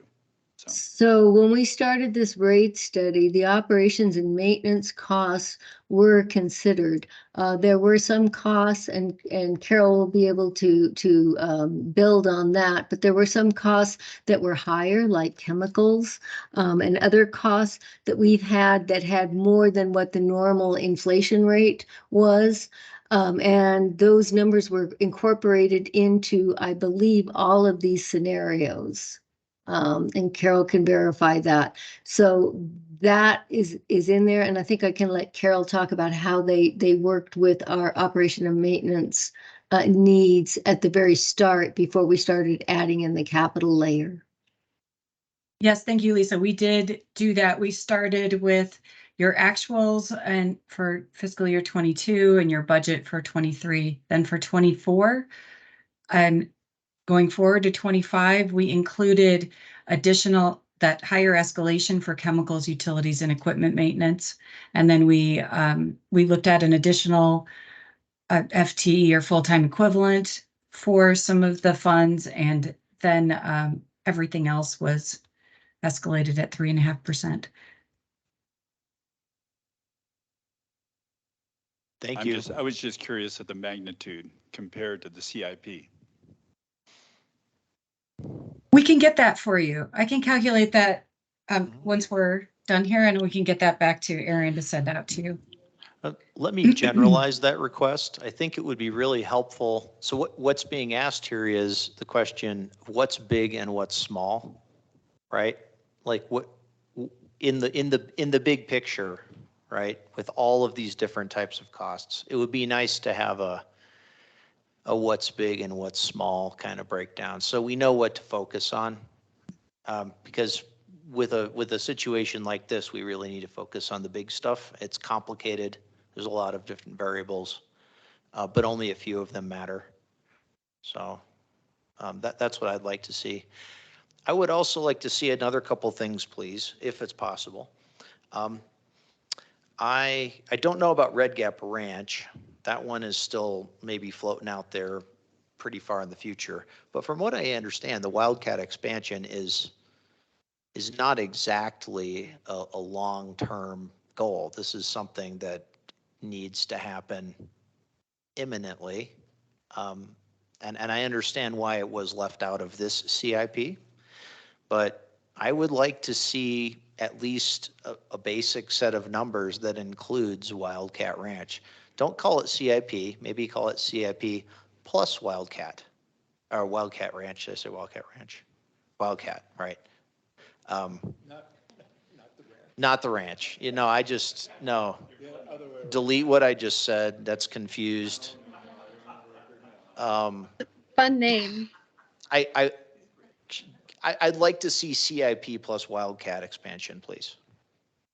But not Red Gap Ranch, because I want to know how much worse it looks after that lands on the next CIP, because it's going to look way, way worse. Another thing I'd like to look at is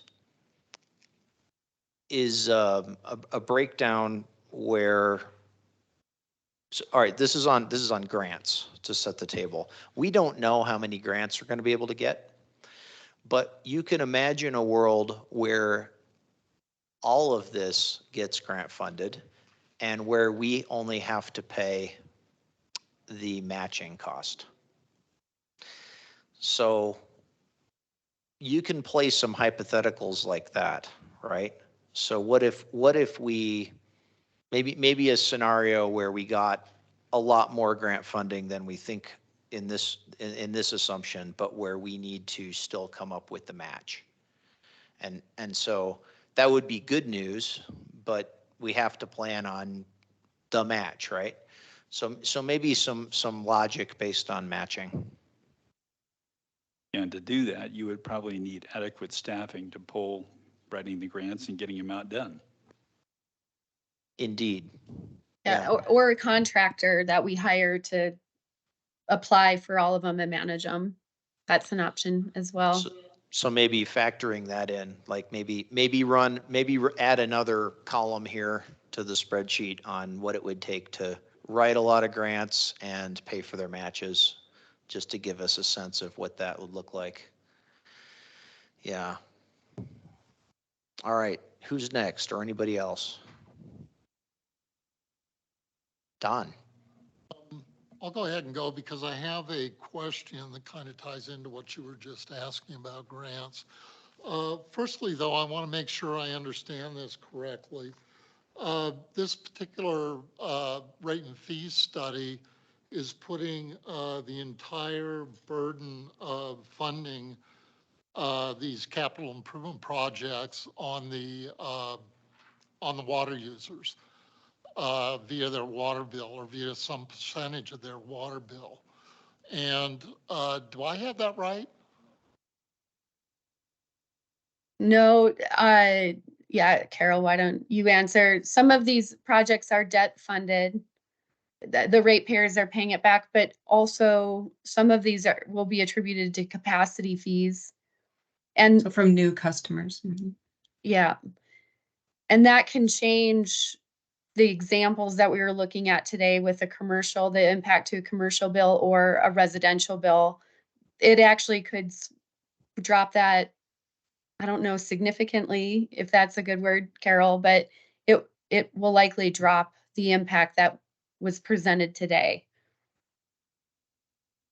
Yeah, I can kind of see that, particularly if there are other sources of funding out there that are or could be available.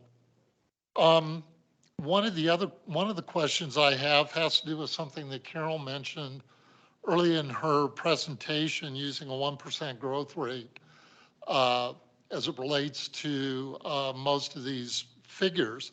But in looking at the City of Flagstaff's annual water and wastewater report, I noticed that chart that the city produces every year that shows water supply versus water demand, the growth rate that the city's projecting is 1.3%. And that's about that's a little bit over a 25% difference, the 1% being 25% lower. So all of those numbers based on 1% growth rate could be significantly low if the city's growth rate turns out to be more accurate. So is that something worth going back and revisiting? And then the last question I had goes back to the potential for grants and other sources of funding that Joe brought up. And I'm wondering, given the fact that there are significant amounts of funds available out there through a variety of different programs with Rebuild, Build Better America, there's just all kinds of funding available out there. Some of it, requires a payback. Some of it requires a match. Some of it can be potentially written off or forgiven. I'm not sure if those are the right words or not. But in any case, thinking about a lot of these capital improvements, because of the size of the cost as potential capital funding, might not that open up additional sources of funding that would help reduce the overall cost to the consumer or the end users? So those were kind of questions that I had going through this.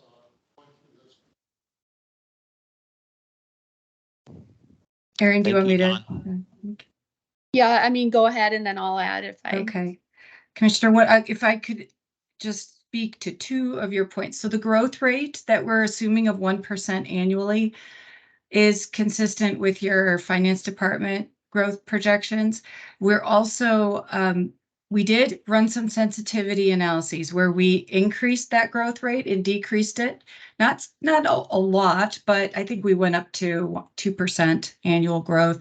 And it does have an impact on the rate adjustments, but not as much as we had hoped. So it is something that it's a lever that can be adjusted, but I don't think it's from what I recall from our scenarios, it's not the a large or significant impact. The second thing that I wanted to mention is the other funding sources. Stantec works a lot with communities on other types of loan programs and grant programs. And your teams are doing an excellent job securing these, like the grants and the loans from the state. So the state revolving fund loan program, and I think that is WIFA, right? So it's as opposed to WIFIA, which is the federal program that does have a lot of funds available, but that program is a 49% loan with a 51% match from the community. There are some pretty decent interest rates right now, and you don't have to start paying back until 5 years after the construction of your project, but they do have certain requirements. You have to really define your program or your project well, and I think the minimum project cost is $25 million, so it has to be a large project. For some other, say the Inflation Reduction Act projects and the inflation, I'm sorry, and some of the other federal programs, if you want principal forgiveness, you have to meet certain requirements, such as being a disadvantaged community. So there are some hoops you have to jump through and things that they look at in order to offer those favorable funding components. So we could look at some of these elements, and I know your teams have at this in water services and in finance. I think that at the end of the day, we might find that the grants and the state loans are the best bet for funding certain projects. Not to mention that some projects are not eligible for some of these loans, for some of these programs. One other thing I forgot to mention related to a means of coming up with large amounts of funds for capital projects is bonds, the potential for using a bond to cover some of those costs. Yes, and I believe the city has, just recently pursued that for some of your projects. And that was brought up by City Council as well, Don. So on Monday, we have a couple days to figure out how we're gonna capture this really important potential component of financing. Whether we do that before Monday, I doubt it. But what I think we would promise going after Monday is having a discussion with our lobbyists, with Rick Tatter, with our city manager, with consultants that are have a team of experts helping utilities with achieving grants and such to kind of chart a path of what we can go after and having a plan to do that. That wouldn't change the level of investment. I would say that you would want to see how much of the CIP do you want to fund, and then after Monday, you know, we can, I think, take a path towards getting there over the next couple of months, as we work on the cost of service and then how that trickles down to the customers. And hopefully that made sense. I think that's how I see a path forward on that discussion.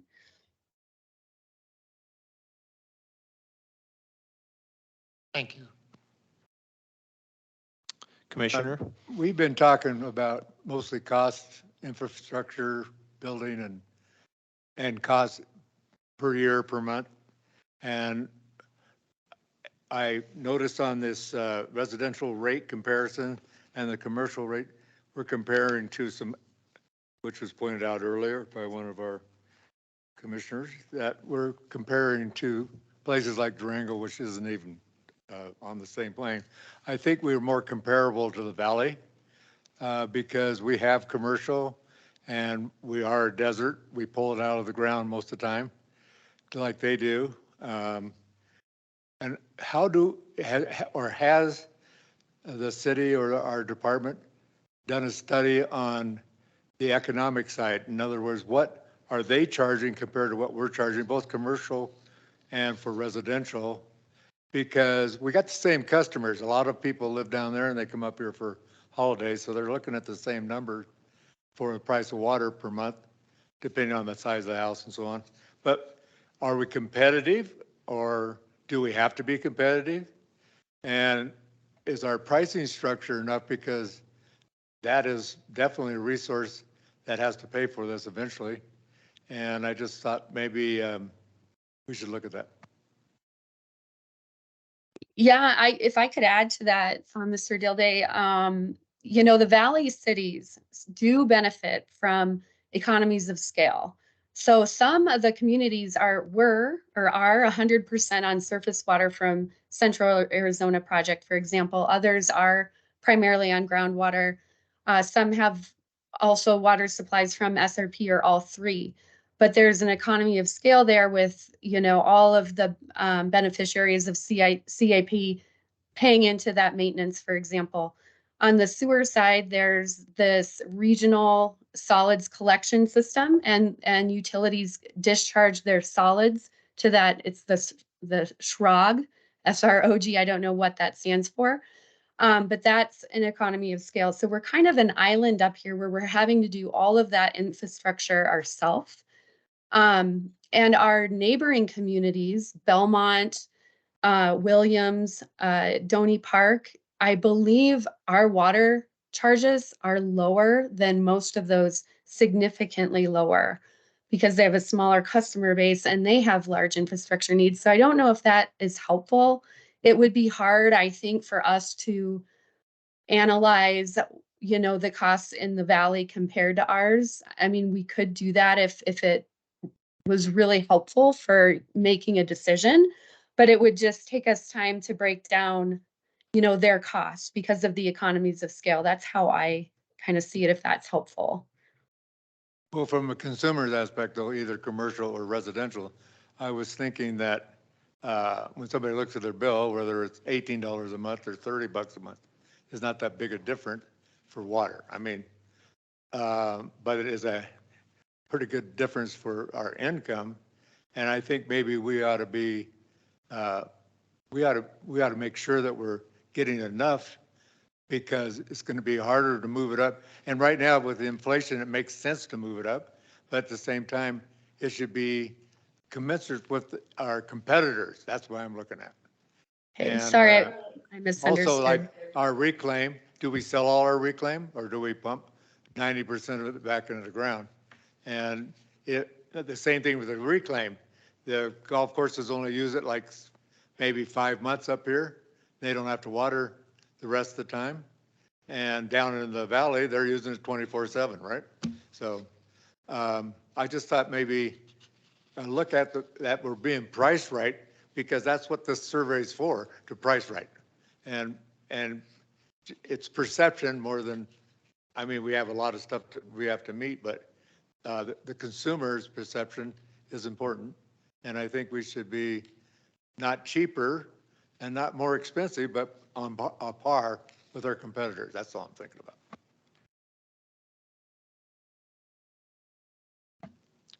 We've gone around, oh, go ahead and follow up. I just have one, one quick, that could change in Phoenix with the lowering of the amount of water coming into the Central Arizona project too, substantially. But my last question is, I saw the number for Red Gap Branch, 260 million pop. That's the first figure I've seen for a major infrastructure for Red Gap Branch. Is the study completed? Do we have the full build out for Red Gap Branch, or where are we with that? That number is published in 2011, actually, in our draft water resource master plan. And we're soon to have the new total from Jacobs Engineering. We're still working through some geotechnical assessments of that pipeline cost and such. So they're trying to tidy that up. But again, that's just not at least part of the early part of the CIP, even the 10-year CIP, where we would need council direction to build that project. So I guess what I'm saying is it's still way down the line. I understand that. We can push it down the line more with water conservation. But if it's going to be a big number, it's kind of nice to know what that number might be. So it's for future planning, and to build a project of that size and cost, we're going to have to know way in advance of how to handle it.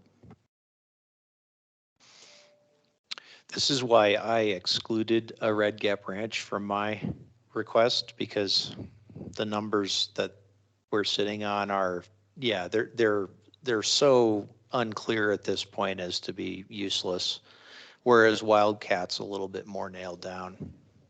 We're going to spend about 10 million studying it between that 10 years.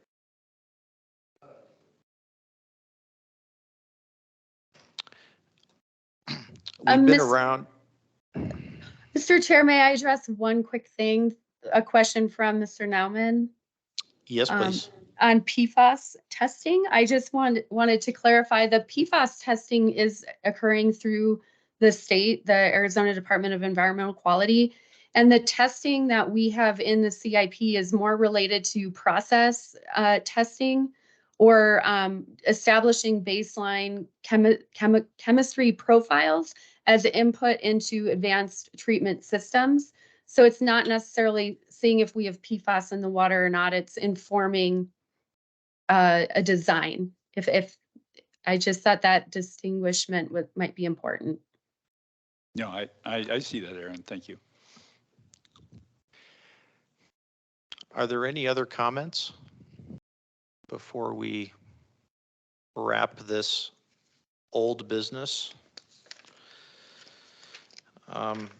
Hearing none, I look forward to getting some more info, hopefully by Monday, as much as we can, and I'll sleep on it. Come prepared for that discussion Monday. I'll add one more comment of my own before we wrap, which is that clearly and a number of these comments were alluding to the need to spread this burden around. We need to figure out how to find grants and loans and bonds and restructure the fee systems, which are getting kind of out of balance between these different components, and figure out how to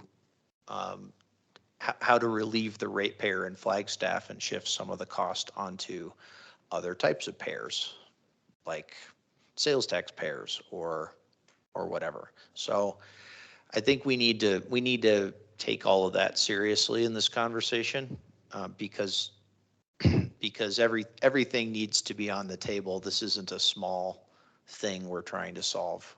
So a lot of those ideas we've been kicking around for 5 or 10 years, about how to reform things, they may unfortunately all need to be on the table at this point because we're going to need all the options. Okay. With those comments, let me get back to my agenda. Where's my agenda? Are there any informational items to or from the chair, commission, or staff before we adjourn? Mr. Chair, I have one question for you all. December 21st is the scheduled meeting date for the Water Commission. Wondering if you all plan to attend. And if not, if you might entertain bumping it up a week to the 14th. Stantec is planning on another, hour and a half conversation for you then. I would entertain that personally, speaking as the vice chair. Fine with Malcolm? So the 14th is good for you and for Malcolm. Sounds like we have no objections to the 14th. Okay. Thank you. Thank That's you. all I have. Okay. Well, good meeting. A lot of stuff to chew on.